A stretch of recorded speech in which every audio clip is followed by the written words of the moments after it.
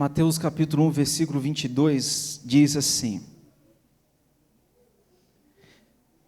Amados, de todas as verdades, essa que eu vou lhes falar nessa noite é uma das que mais me encanta, de verdade. Eu fico emocionado quando eu penso nisso que eu vou lhes falar nessa noite, porque torna o nosso Deus incomparável, inigualável. O nosso Deus não é um Deus distante, nosso Deus é um Deus presente. É um Deus que, cheio de glória, se esvazia para andar com a gente, para viver entre nós.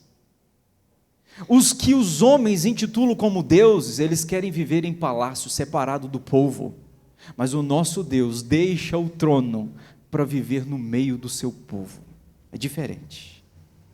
Olha o que esse texto diz, verso 22, ora, tudo isto aconteceu para que se cumprisse o que fora dito pelo Senhor, por intermédio do profeta. Que profeta? Nós lemos no início do culto, Isaías 7,14, o profeta Isaías.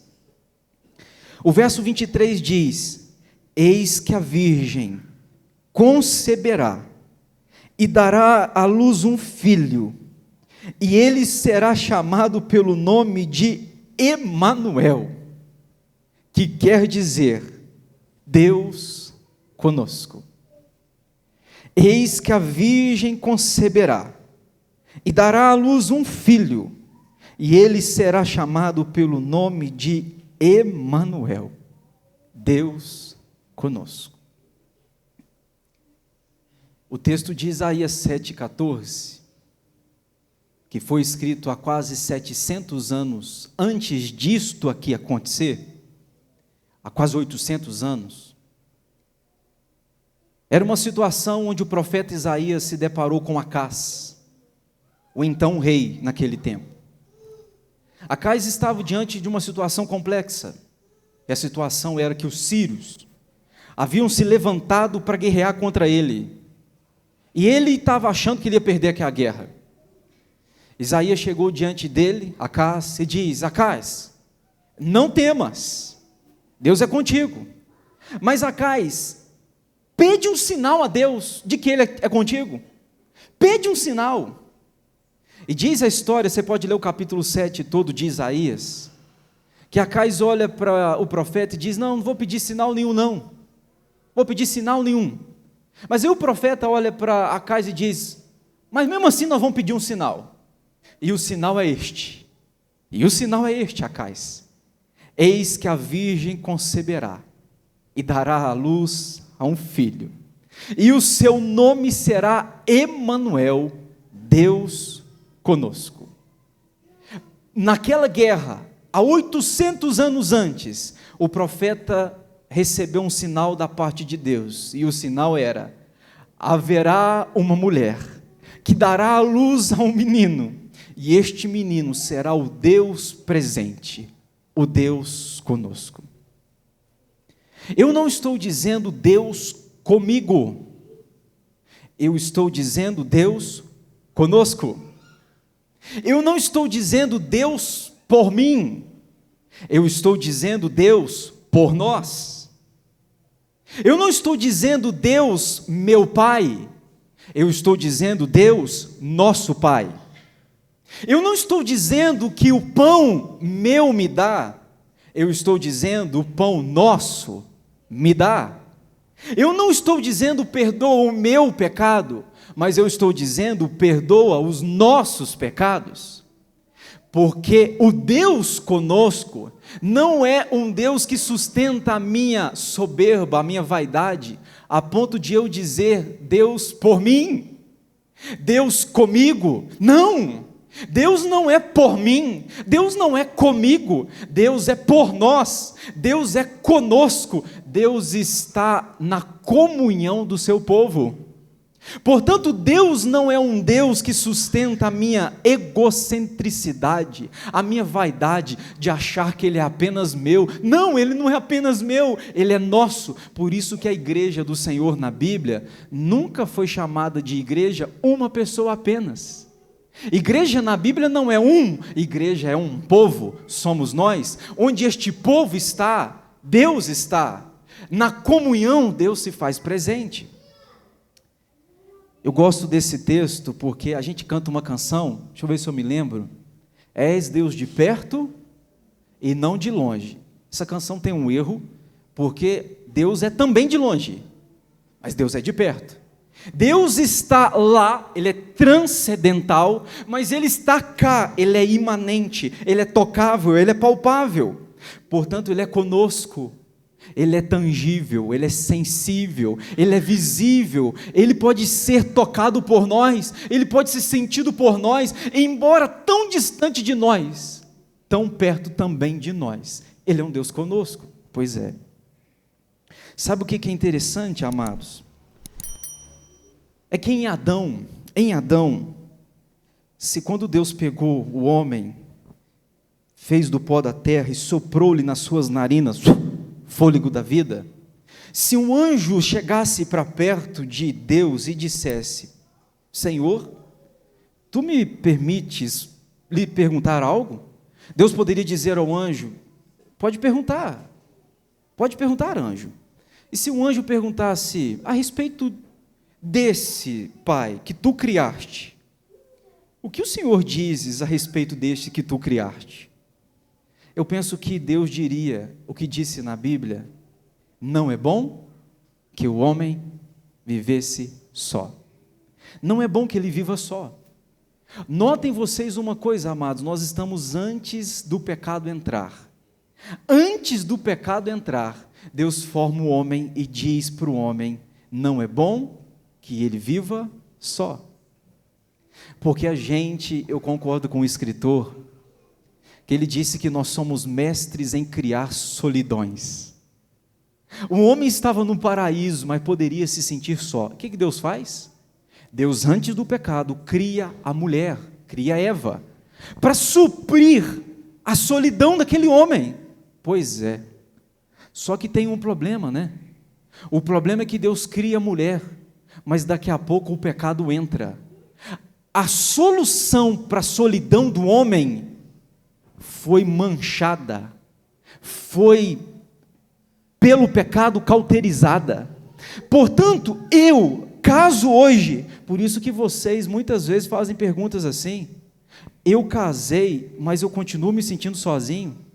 Quem de nós que casamos nunca sentimos só em algum momento? Porque o casamento não preenche a solidão que há em mim. Por que não preenche? Porque quando Deus fez a mulher para o homem, fez antes do pecado. Ali preencheria aquele vazio, aquela necessidade. Mas veio o pecado, e o pecado manchou. Portanto, a gente casa, mas a gente continua se sentindo só. A gente tem filhos, mas a gente continua se sentindo só. Aí tem uma questão, amados. Deus então vai providenciar um Deus conosco. Um Deus para resolver o nosso problema da solidão. Um Deus presente, que quando todo mundo foi, Ele continua. Que quando todo mundo sumiu, Ele está presente. Portanto, Deus conosco, Emanuel, soluciona aquele problema lá atrás, que em Adão eu perdi. Em Adão, por causa do pecado, agora eu sinto sozinho. Por essa razão que muitas vezes você está no meio de centenas de pessoas, sozinho você sente. Você está no meio de uma multidão, mas bate uma dor no peito. Meu Deus, que solidão que eu estou sentindo. Porque hoje, por mais próximas que pessoas podem estar da gente, a gente pode continuar sentindo solidão. Por isso que Deus envia o seu Filho como Deus Emanuel, o Deus conosco, para resolver o meu problema da solidão. Pois é. Eu separei 3 verdades aqui para você pensar comigo. Primeiro, a presença de Jesus torna a solidão impotente.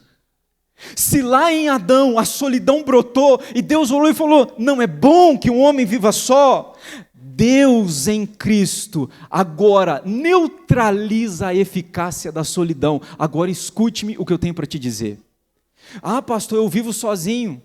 De repente minha família está longe, ou minha família está ausente, ou minha família já se foi, eu sozinho estou. Aqui eu tenho uma boa notícia para te dar. Você pode estar sozinho de presenças que você gostaria, mas o Deus presente enche você, enche o seu quarto a sós, enche a sua casa a sós, de tal maneira que o Deus presente neutraliza toda a solidão. Isso é glorioso, que por mais solitário que você vive nessa terra, você, com Cristo, você jamais se sentirá sozinho, solitário. Eu acho interessante, amados, coisa triste é quando a gente recebe uma boa notícia, a gente não pode contar para ninguém, né? Já teve isso? Imagina que você receba o troféu, o prêmio Nobel. Eu não sei o que eles dão lá no prêmio Nobel, que tipo de premiação, mas imagina que deve ser um troféu. Aí você, sozinho, você chega com aquele troféu na mão, com aquele prêmio Nobel, você chega e não tem ninguém para contar, não é triste? Ou você olha e fala assim, rapaz, eu ganhei esse prêmio, vou contar para quem? Não tem ninguém para contar.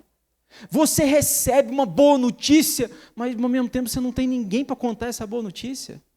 Sabe, o Deus presente potencializa as nossas alegrias, porque mesmo que eu não tenha ninguém ao meu redor para poder compartilhar, eu sei que o Deus presente está, e se Ele está, eu posso compartilhar com o Deus presente. Isso é glorioso. A presença de Jesus torna a solidão impotente. Então eu tenho uma boa notícia para te dar. Pastor, eu me sinto tão solitário, de repente eu moro sozinho, eu já morei sozinho, eu sei o que é isso, é entrar numa sala e não ter nada, não ter ninguém, não ter gente para você olhar no olho, para você conversar, mas uma boa notícia eu estou aqui para te dar. Embora pessoas possam estar ausentes, que você gostaria que tivesse presente, você tem uma certeza do Deus presente. Lá na sua casa, está todo mundo longe, mas tem alguém presente, e este alguém é o Jesus Cristo de Nazaré. Ele é o Deus conosco. Eu amo isso na Bíblia. Eu amo isso. Todo mundo se foi, mas ele ficou. Mas eu aprendo uma segunda verdade, amados. É que a presença de Jesus faz as ausências suportáveis. Ausências dói, né? Ausências dói. Talvez você, este ano, vai passar o seu primeiro Natal sem o cônjuge, sem a esposa, sem o filho. Talvez é o seu primeiro Natal sem o pai, talvez é o primeiro Natal sem a mãe, sem o avô, sem a avó. Isso marca a gente, fala a verdade. Eu lembro do meu primeiro Natal sem a minha mãe, em 2010. Eu lembro, porque marca a gente. Mas o que é interessante é que a presença de Jesus torna as ausências suportáveis. Eu sei que quem eu gostaria que estivesse não está, e jamais estará. Talvez é o primeiro Natal que eu passo, uma situação conjugal complexa, divorciei. Talvez o primeiro Natal que eu passo, filho, perdi. Talvez o primeiro Natal que eu passo sem um emprego. Pois é, a presença de Jesus torna as ausências mais suportáveis. Gente que amei se foram, mas aquele que me ama está. Gente que eu gostaria que estivesse não está, mas o Eterno se faz presente. E por causa da sua presença, aqueles que se foram, se torna suportável eu continuar a minha vida, por causa da presença desse que continua comigo. Não sei se estou sendo claro para você compreender. Mas a terceira verdade, amados, e última, é que a presença de Jesus faz com que as presenças sejam possíveis. Deixa eu tentar te explicar. É porque neste ambiente de comunhão, onde Deus está presente, Deus não é comigo, Deus é conosco. Deus não é por mim, Deus é por nós. É na comunhão que Ele está. Pois é, nesse ambiente de mesa, de comunhão, às vezes você tem que se relacionar com gente que você gostaria de não se relacionar. Às vezes senta à mesa gente que você não gostaria que sentasse. Às vezes tem gente que você tem que lidar e que você gostaria de não ter que lidar. Pois é, Mas quando Cristo está presente, Ele torna estas presenças de gente que você gostaria de não ter, Ele torna possível. Aí tem uma coisa que eu tenho para te dizer. A gente está às vésperas do Natal. Eu queria, não estou sendo profeta do caos, mas eu gostaria que este mês, a pessoa que de repente você tem algum problema, passou por alguma situação, tem algum impedimento no relacionamento, eu gostaria que essa pessoa, o Senhor, acendesse ela na sua mente todos os dias nesse mês de dezembro. Ô pastor, o senhor está jogando praga, fazendo do meu mês ser um mês de pesadelo? Não, é porque eu queria que Cristo trouxesse ele ou ela à sua memória, porque onde Cristo está à mesa, Ele torna a presença daqueles que nós gostaríamos que não estivesse, torna a presença possível. Isto é, quando Ele está presente, Ele falou: filho, eu estou com você, pode se relacionar. Eu me relaciono com você. Se eu estou me relacionando contigo, por que você nega relacionamento com Ele? Se eu, que sou perfeito, estou à mesa com você, por que você nega a mesa para ele e para ela? Se eu, que estou aqui perfeito, eterno, dou perdão a você, por que você não perdoa ele ou ela? Por isso que eu queria que esta pessoa pudesse ser algo na sua mente diário, para que através desse Natal você pudesse perdoar, reconciliar, que você pudesse reacender este relacionamento novamente. Por isso, a presença de Jesus faz com que as presenças sejam possíveis. Eu termino a minha palavra dizendo para você o seguinte: quando você pensa em Natal, amados, você tem que pensar em reconciliação. Você tem que pensar. Você tem que pensar numa reconciliação de Deus com a gente. Você tem que pensar numa reconciliação de pais com filhos, filhos com pais, reconciliação de irmãos com irmãos, netos com avós, avós com netos. Só existe Natal porque o Deus eterno se reconciliou com a gente.